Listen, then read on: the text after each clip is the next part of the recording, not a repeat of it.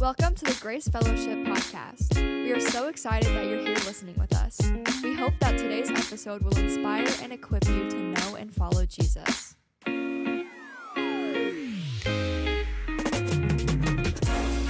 All right, welcome to the Grace Fellowship podcast. My name is Laine. I'm the student pastor here at Grace, and I'm joined by our friend Brandon Henderson. Brandon, how are you, man? I'm fantastic. Dude, it's good to have you here. It's good to have another hat wearer on the pod.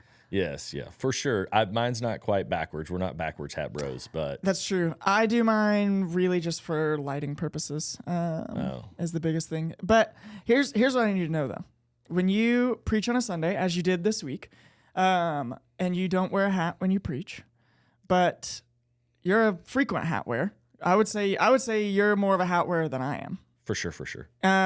Do you get a lot of commentary about you not wearing a hat on Sundays? Yeah, my come-over's not very good.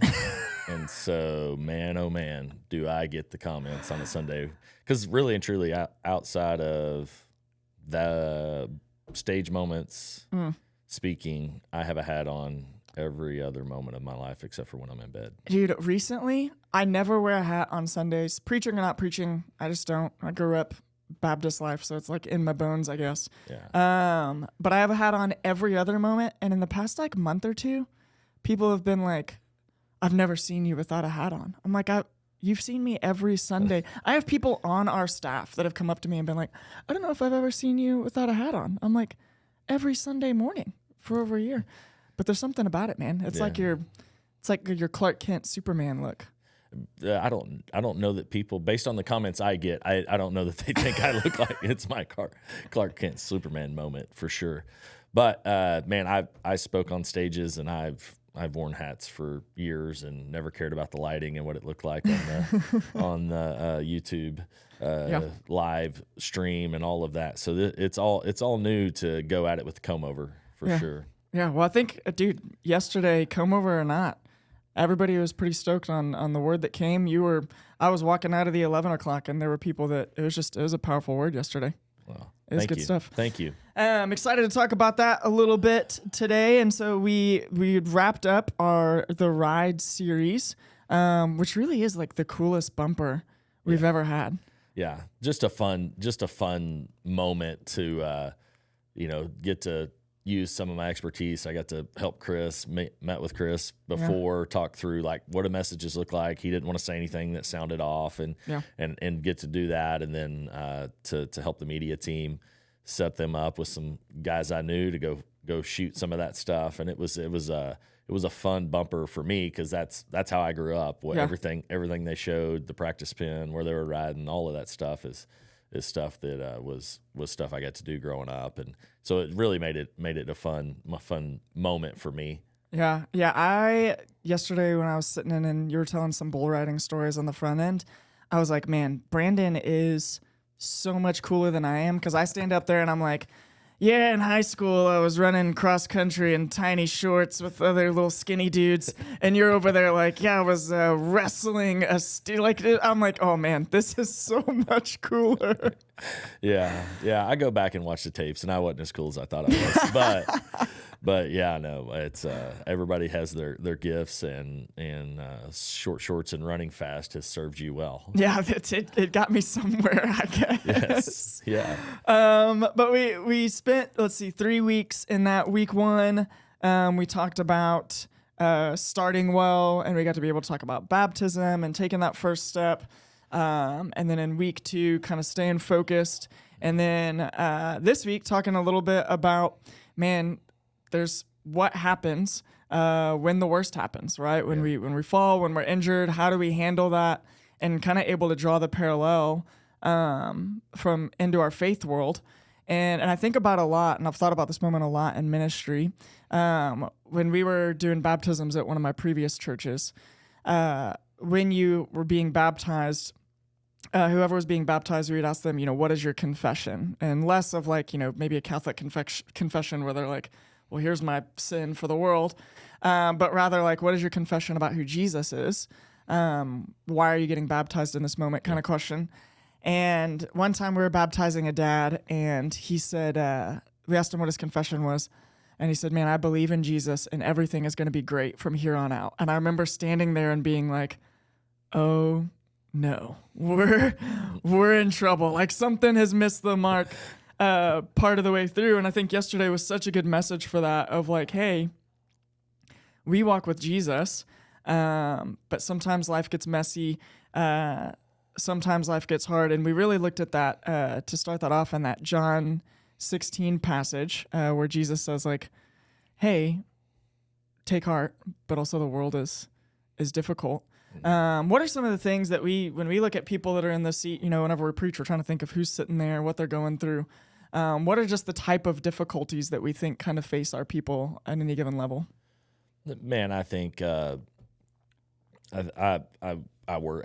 have a real job too. I don't get to just hang out at Grace. I know, dude. And it's you have the coolest job ever. But I see the economy affect what we do, and you see it affect our people at our workplace, and my wife works at an elementary school where the free and reduced lunches, and you just know that finances are an issue with a lot of people. I mean, when they show up, they're hurting and they're paycheck to paycheck, and they're whether it's it tends to be the American culture. No matter how much we make, we're paycheck to paycheck. Yeah. We get ourselves in those binds, but it doesn't change the hurt that comes from that, the desire to want to provide more for your family and things like that. And so I think that a lot of men that come in who feel like they're stepping into this Jesus moment, they're realizing that God's called them to be the spiritual leader of their house, and that means the protector, the provider. And I just think there's probably some hurting men who aren't real vulnerable, that probably struggle with, I wish I could provide better. I wish I was a better this or a that. Yeah. That's one of the ones that always kind of hits me. I think that the Anxious Generation book of all the social media that we people get consumed in. I don't have any, but people get consumed in watching people's highlight reels and comparing that to their life and going, my life and my family and my kids don't do cool things. I don't do cool things for my kids. And so we had this comparison trap moment of what that looks like that I think, cause people to question, their value, their worth, or, whatever. And then people rarely post their mistakes online. Yeah. And so they feel like maybe they're the only one who's suffering through, gone through, struggled with. And we know that's not true based on what the Bible tells us, that there's nothing new under the sun. And so I think that's when I'm thinking through a message like that, like I'm trying to think through what's the hurt, the families that are struggling because of something that someone did, like I went through, or the families that are struggling because they're trying and it just feels like, just tension all the time. And so I that's who I'm thinking about when I say that, because I've got the sweetest mother-in-law in the world, and they came to the house last night and she listened to the message, and her side of the family is probably the reason I know Jesus. When I met Lori, it was that, and she just she knows when to show up, knows when to be encouraging, and that's what she said. She's just like, man, people hurt so bad. She works at a church, and she's just like, man, it is rampant and everywhere, and she's just like, man, it is. People need to hear that they're not alone, and that whatever mistake they made doesn't mean it's over. Yeah. I think sometimes too, when we're in church culture long enough, and everybody pretends, we put on our church face for Sunday, and we're pretending what we're living or what we're going through. I used to have a guy that anytime I talked with him, I'd say, oh, how are you doing? You go, oh, I'm blessed and highly favored. And I'm like, man, every week, I don't know if I feel blessed and highly favored, every single week. And so even in church world, we can kind of put on that mask. But we do have, there's stuff outside of our own control that's happening to us. And then there's stuff that we really, create difficulty for ourselves. And so I think one of the things that's interesting, my wife always jokes, inside of her head, she's always thinking about how do we get the kids signed up for the next thing, or, how do we do this? And which to me feels like no consequence, right? Inside of my head, I'm always thinking what happens if we lose everything next month? Like, what happens if, the money stops coming in, that this stops coming in? And she's like, that would never happen. And I'm like, I know, but we got to be prepared just in case. And in faith, like, we don't want to walk with Jesus in a way that's like, is today the thing that's, when a bad thing is going to happen? Or even some of us can convince ourselves that God makes the bad thing happen, right? Like, that controls the bad thing. So how do we maybe walk with Jesus in a way that is like, hey, we're consciously aware of the difficulty, but yet we also have confident hope in who Jesus is? Yeah, I think that John 16 passage, he says, I tell you these things so that you will have peace in me. Mm-hmm. And so that first step in knowing Jesus and where our peace lies in that whatever we're facing, he's with us, and he tells us, hey, there's going to be hard times. But he ends that passage with, but take heart, I have overcome the world. And that's a reminder that whatever we face on this earth is temporary. Yeah. This is a place we weren't designed for all of eternity. And there'll be a different way. And so I just think that as the closer we get to Jesus,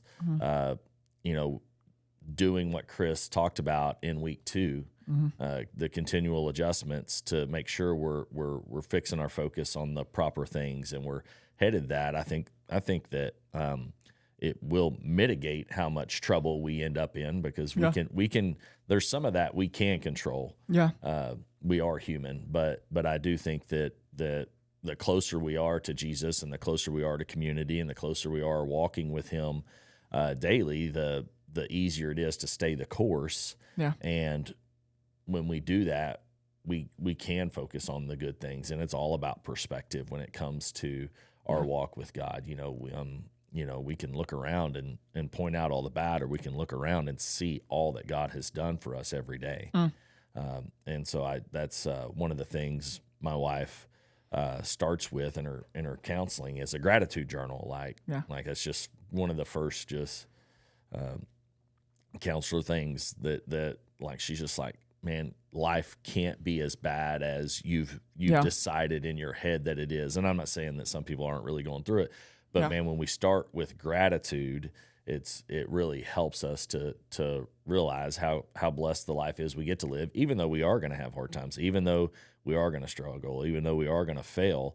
I think yesterday's message was definitely not about like, hey, we need to be so concerned with this. We live every day paranoid that this is the day we let it happen. But I do think that what Peter, who actually we talked about yesterday, tells us later in 1 Peter that Satan prowls around like a roaring lion seeking someone to devour is true, and that at some point we do need to live on guard and have some good parameters for our lives. And I think that's the balance is knowing there's a real enemy, but living for the God that's overcome the enemy. Is I think that how you balance that is we would be foolish to think we could stick our head in the sands and be like, well, I love Jesus and he's got this and I'm going to do all the right things and huddle up over here. Man, I tell people all the time, I read that Man in the Arena at the end, and we can talk about that later, but that Brene Brown, Daring Greatly, the whole piece of that, I told people before I ever knew that poem, I said, I think God would rather have you try something for him and fail than do nothing at all. Yeah. We can't be so afraid of failure that we don't try anything. We don't grow in our faith. People would come to me with ideas and are like, hey, I feel like God's calling me to do this. I feel like I'm called to maybe start this ministry, or I want to be able to go here. And then they were so afraid of failure. And then like, if it doesn't work, I feel like I'm going to let the church down, or I'm going to let God down. And I'm just like, man, I don't think that's how God wanted us to live. I think he would rather us try something courageous for him and it not go well than for us to go, because it might fail, I'm not going to do it. Yeah.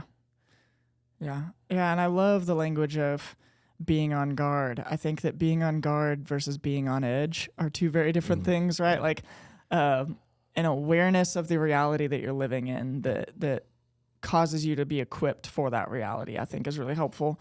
And I love too, like, I think it's good to know, sin to some extent, right? Very rarely do we just like stumble into it and it just happens out of nowhere. And so I love the language of like, hey, some of this, we can control. Now there is sin that happens to us that's outside of our control, but certainly walking with Jesus helps us to walk out of sin, and to live out of sin and to do those things.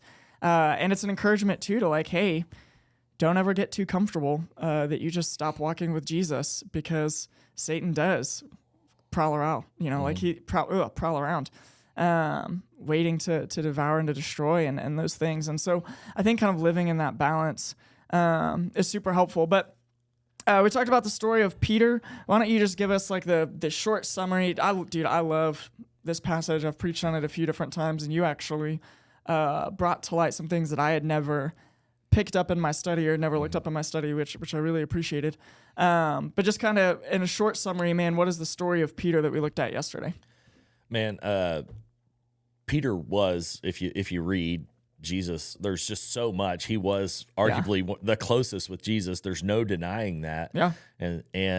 And there are so many moments. I mean, you talked about one at Ignite last week, where Jesus took Peter up on the mountaintop, and Peter, James, and John go to the mountain with Jesus. His face shines like the sun. His clothes turn white. Yeah. Moses and Elijah appear. 2 dead dudes are on the scene. Like, Peter got to see some really cool and experience some really cool things, and Jesus used him. And there's just so much that when you're trying to recap it, it's so hard. But the biggest thing for me yesterday was Peter walked with Jesus. He talked with Jesus. He was the closest with Jesus. Yeah, experienced the thing. What we all are probably chasing in our faith is that moment of, oh my gosh, this is what it's like to walk with Jesus. And then he also experienced real failure. Yeah. Real failure when he probably felt like Jesus needed him the most. In Jesus' toughest moment, Peter, that's when Peter bailed. And I just think that we live in a generation that wants to quit too soon. As one of the things my mother-in-law, she always brags on my wife and I, and she's very, very complimentary, but she's like, man, we live in a generation that when it gets hard, like it got hard for your family, most people will quit and walk away. And that's one thing I wanted people to like. Some of us quit because we feel like we just failed too much. Yeah. And I think we read the Bible with a lens sometimes that's not clear to the picture that it's written in. I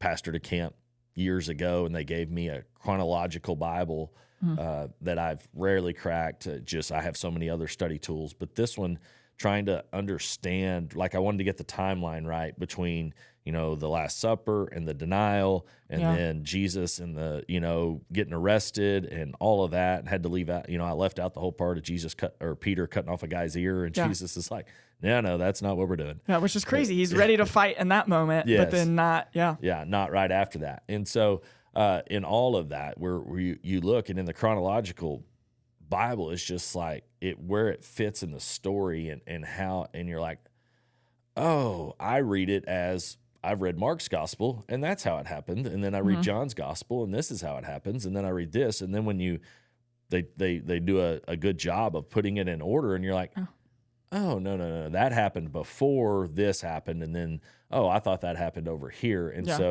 so that's really, like, when you're looking at it, I think sometimes we get in our own heads because we have book, verse, we can go back, we can reference, we can do, and we realize that the original manuscripts didn't have that. Yeah. They were just letters that were written. Yeah. And they didn't have a clean ending, a nice break, or whatever. We decided where that break was, and okay, this is where chapter 2 starts. And so I think sometimes we get to reading the Bible and we don't see we see the hero Peter, and the Peter that did so much good, and then the Peter that preached at Acts. But we don't know that, we don't focus on the Peter that failed, the Peter that sank, the Peter that, probably had too much pride, was a little too arrogant. And we like to read those moments and we think, oh, those are the heroes of the faith. They're the good ones. Oh, no, they were bad like us too. Yeah. Yeah. Best part of the Bible is there's really no heroes other than Jesus. All of the good guys still have really messed up stories, or really big failings. And so Actually, most people would say like that's one of the reasons we can believe the Bible to be true is because all of the characters are messed up except for Jesus. Yeah. That story is crazy. I always try to paint the picture of like, Jesus and Peter were friends. Like it's not just, they're not like a distant like Sunday school teacher and kid or anything like that. Like these are buddies that spent a ton of time together. Peter had professed all these things, and then he has this worst moment. And not only does he have this worst moment, he has this worst moment, and then Jesus dies. And Peter doesn't even know that he's coming back. Mm-hmm. And so what do you do in the midst of feeling like you're on the losing team, everything that you believed about Jesus might not be true, and then you start hearing the rumors, actually he's back from the dead, right? Which has got to be terrifying, right? Like you hear like, oh, he's back. I remember the last time I saw that guy. And then they finally get to have this like a breakfast moment on the beach, which is so cool. The way Jesus even just, finds Peter fishing again. It's very reminiscent of when he called him for the first time. Peter excitedly runs to the beach. It's like, dude, just wait. Let the boat get there. You're going to be fine. But he's so excited he gets there. And then we get this exchange of, do you love me? What was so cool, I had never looked at the original language to see which words for love were used. Mm-hmm. I've always taught it from the direction, which you did yesterday, of like he asks 3 times. It feels like it covers up this moment. But that feeling of, hey, I'm using a version of a lesser love to be able to respond to you, Jesus. That was heavy, man.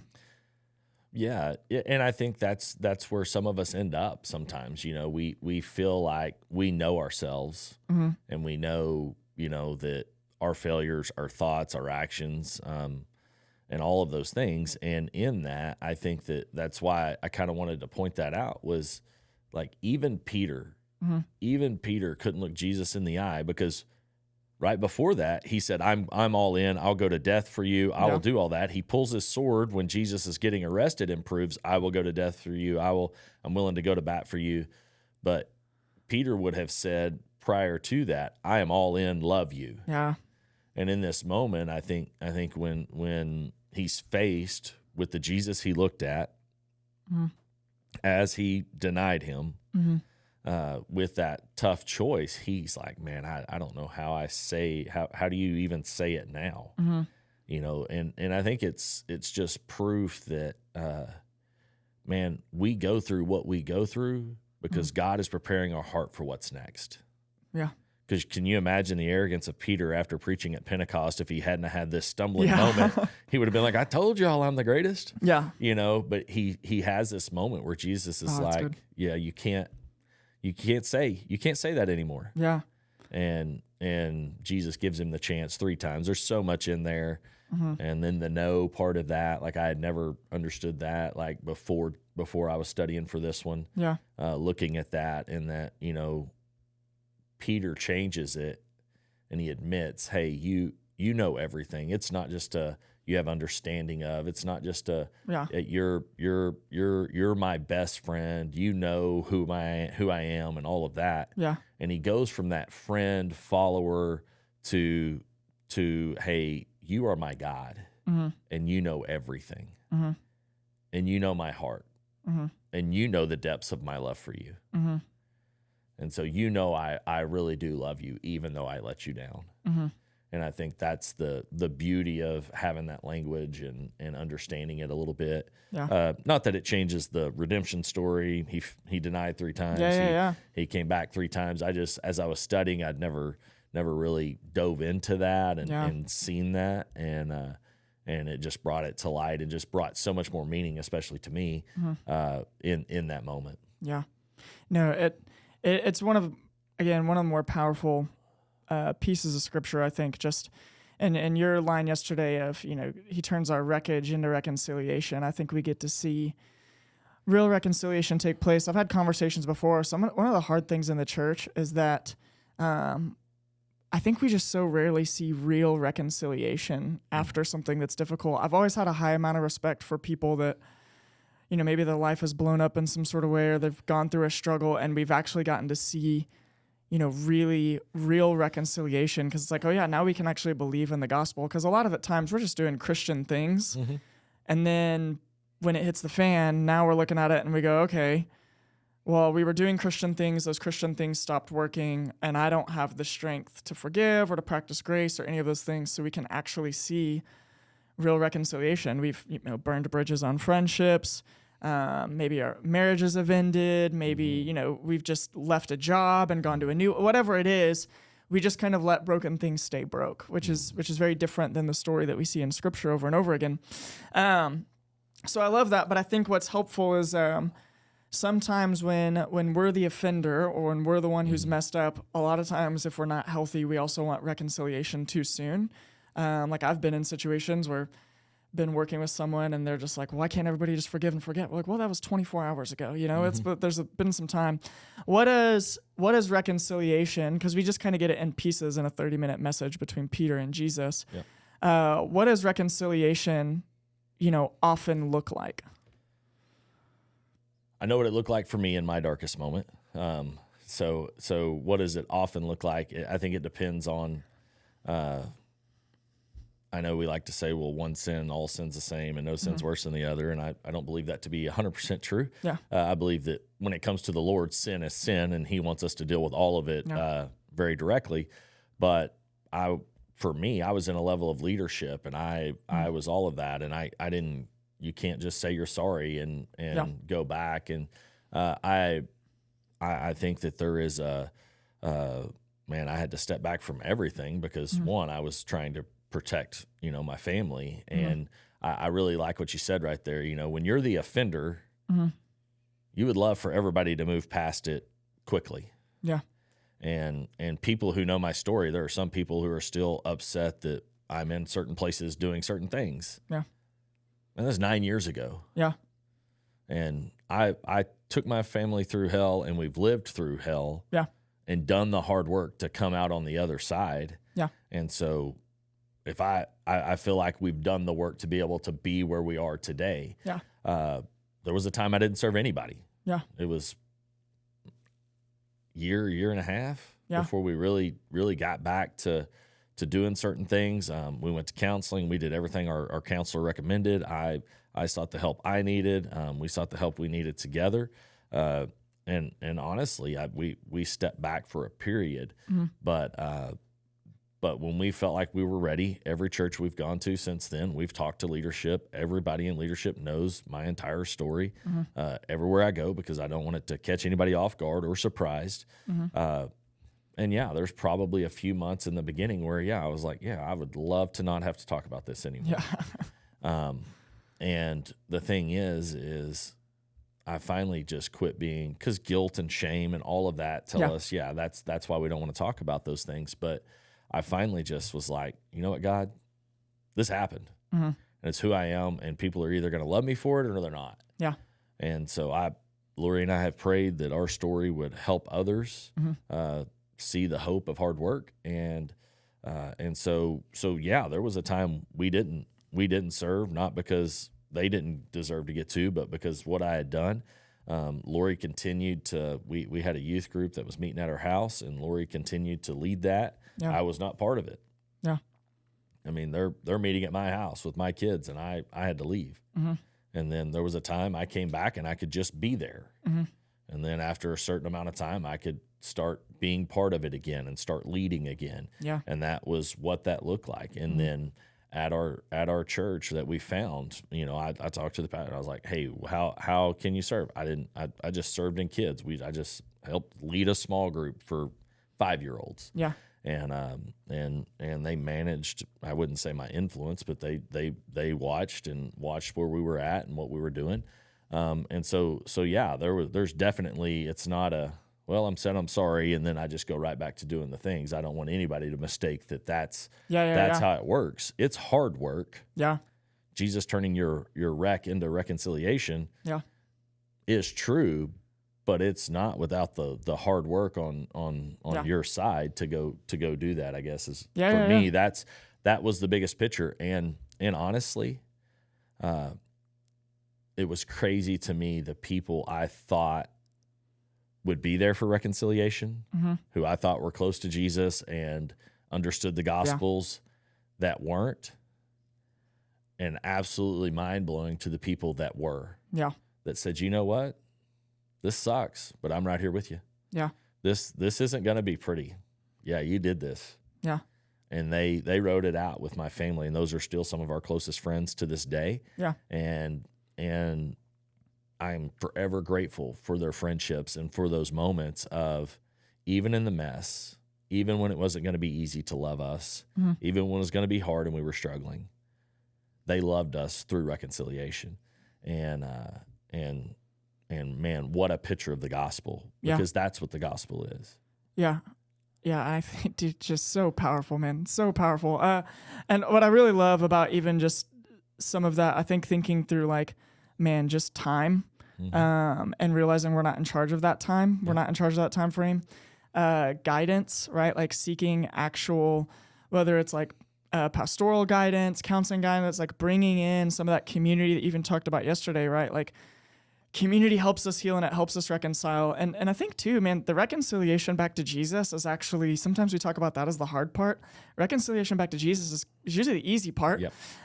It's the reconciliation to his people that becomes difficult, and just knowing, man, like the work that goes into that. And I always try to tell people that time and that distance, because being in student ministry, like I've worked with even people who have maybe gone through a divorce or they're going through a season during ministry.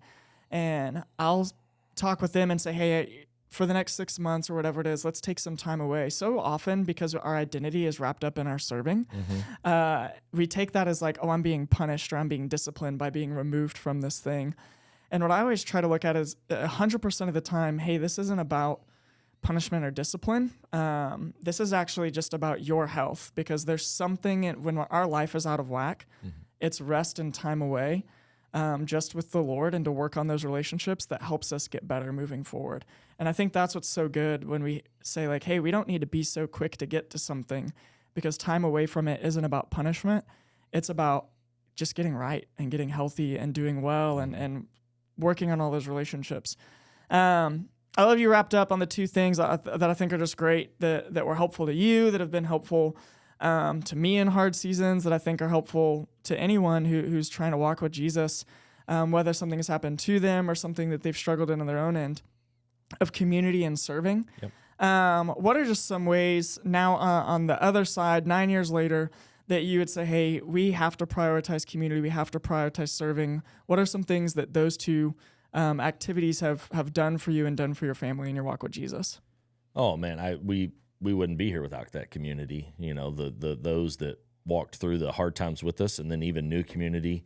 You know, we moved, and our life group of 8 years that we were in at our old church, and we've been finding a new community here, and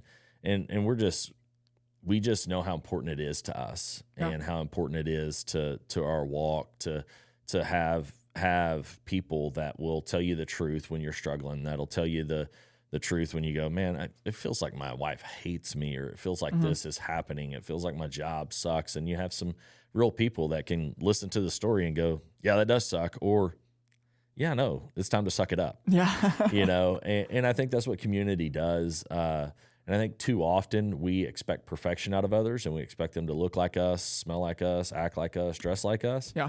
And we can't. Like we want people to love us where we're at, and we're so quick to judge them for where they're at. And so, but I know that community for our family, and then even like my kids, Lori and I have two incredible kids, and if there's any good in them, it's because Lori.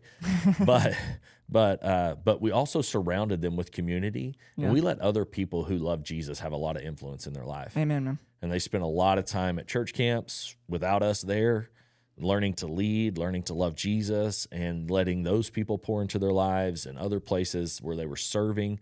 And that community is what's helped mold our family. And I think that's what God's called us to. You know, when we live in community, it's not hey, we met once a week to check off the life group box. Like, I do life with each other. I mean, there are some days I will be in a meeting and there'll be 32 text messages from our life group.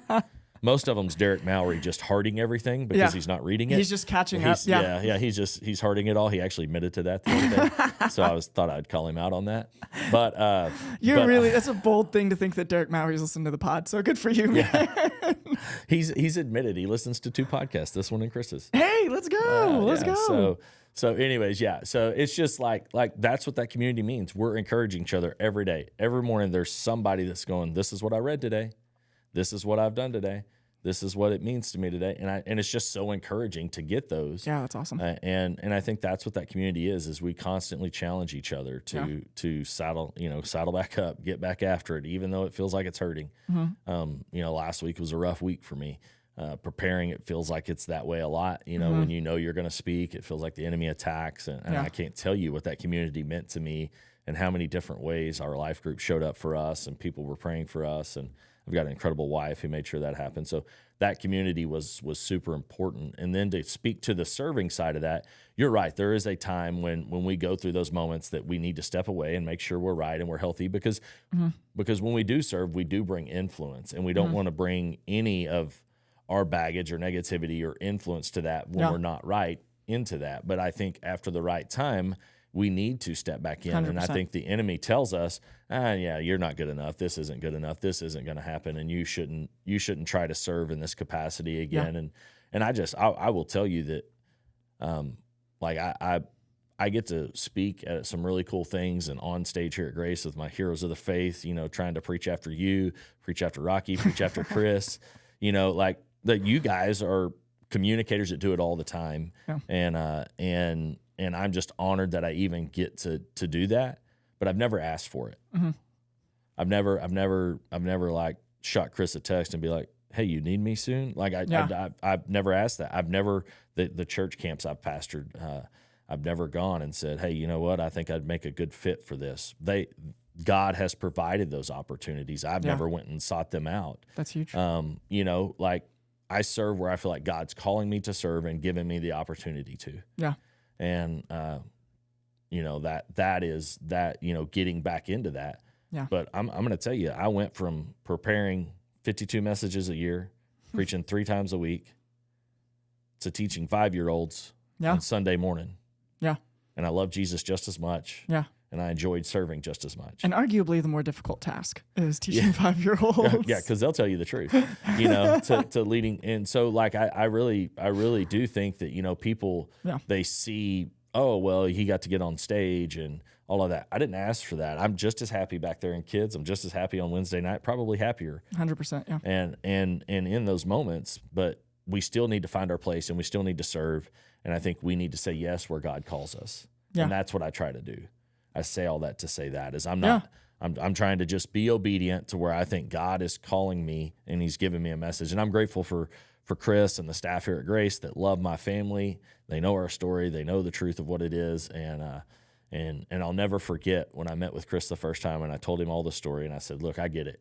If it's too much, because it's not pretty. And he looked me in the eye and he said,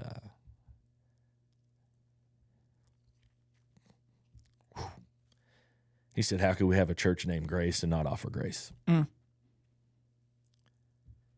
And I knew then we'd probably fit in well here. Yeah.